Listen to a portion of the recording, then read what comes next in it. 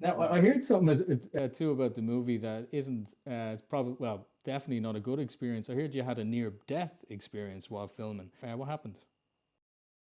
So I'll just preface it by saying I just did a TEDx speech, which people can go find, and I talk extensively about this experience. But long story short, we were filming for about a month. We broke for Christmas. I went to Las Vegas. I was having some significant pain in my upper left thigh, which I attributed to all the martial arts I was doing. I just thought I was sore, so I was taking a lot of aspirin. Well, the pain was caused by internal bleeding, which was dripping on my femoral artery, and the aspirin exacerbated the bleeding. Um, Christmas Day, 1988, I passed out in Las Vegas. Um, was rushed to the emergency room, and they told me that they had to operate. I thought that meant Monday. They meant 15 minutes, and things got very real very quickly. And I made it through the surgery. Woke up, had a 12-inch wound on my abdomen. It was held together by surgical staples.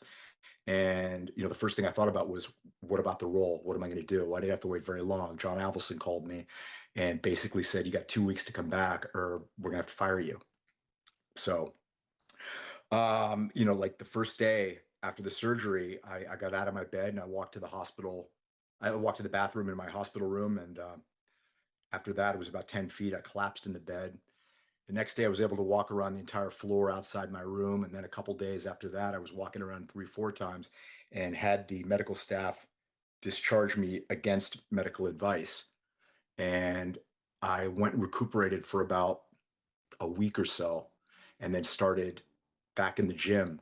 And ultimately, they kept me in the film, and I performed all my own martial arts stunts. Oh my God! Wow, I can't imagine that. As in winning the lottery, and then you have this thing in your head that it could be taken away from you. It must have been Yeah. terrible. I'm It, glad you recovered, and I'm glad you finished the movie, and you're oh, me now too. immortalized as this character forever. And 30 some odd years later, you're back at it. You're Mike Barnes again in Right. the biggest show in the world, Cobra Kai.